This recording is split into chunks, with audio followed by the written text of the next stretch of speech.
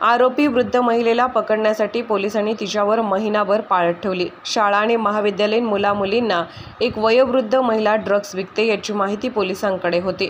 पोलिसांनी तिला रंगेहात पकडायचे होते। पोलिसांनी जवळपास 1 महिना एका शाळेच्या छतावर बसून पाळत ठेवली। अखेर मॉर्फिन ड्रग्ज विकत असताना डोंबिवलीतील टिळकनगर पोलिसांनी सलमा शेख हिला अटक केली। 65 वर्षीय सलमा शेख ही कल्याण पूर्वेतील हनुमान नगर परिसरात राहते।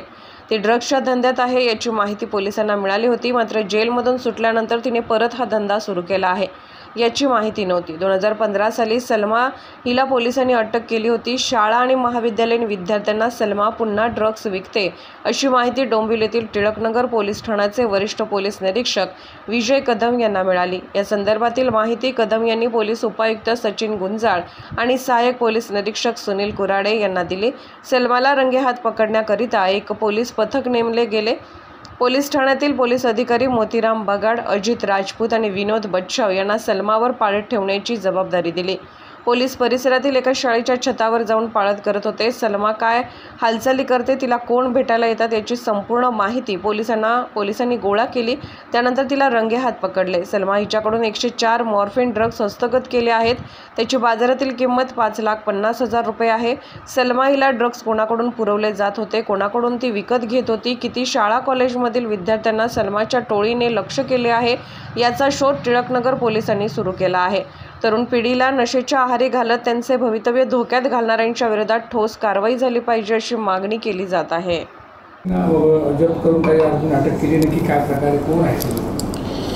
बरोबर आहे, टिळकनगरचे सिनियर PI विजयकुमार कदम यांना खात्रीशीर बातमी मिळाल्यानंतर कचोरा चौकीच्या भागातील हनुमान नगर एरियामध्ये मोहन सृष्टी अपार्टमेंटच्या बाजूला एक महिला नामे सलमा बेगम नूर मोहम्मद शेख ही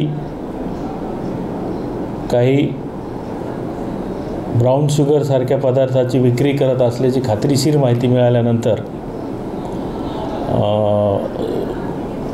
अतिशय गोपनीय पद्धतीने त्या ठिकाणी ट्रॅप रचून सदर ठिकाणी पोलिसांचा छापा टाकून कारवाई केलेली आहे। या कारवाईमध्ये जवळजवळ 5,20,000 रुपये किमतीची ब्राउन शुगर 104 ग्रॅम जवळजवळ त्या ठिकाणी आम्हाला 1104 पुड्या बांधलेल्या मिळाल्या आणि लागलीच त्या पंचासमक्ष जप्त करून त्या महिलेला ताब्यात घेतलेलं आहे।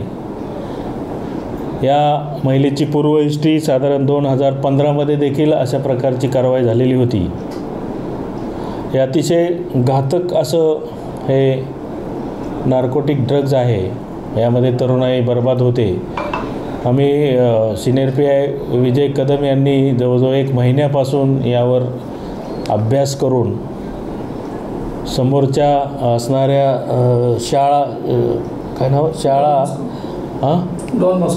डॉन बॉस्को स्कूलच्या 5व्या मजल्यावरून रेखी करून जवळजवळ 1 महिन्याच्या मेहनतीनंतर सदर कारवाई करण्यात यश आलेलं आहे। अतिशय चांगली कारवाई आम्ही या ठिकाणी केलेली असून यामुळे बरेचसे तरुण अशा प्रकारच्या ड्रग्जला ॲडिक्ट होण्यापासून वाचणार आहेत। या निमित्तानं परत माझं कल्याण आणि डोंबिवली परिसरातील जनतेला आव्हान आहे की अशा प्रकारच्या ड्रग्ज विक्री संदर्भात काही माहिती असल्यास पोलिसांशी संपर्क करावा।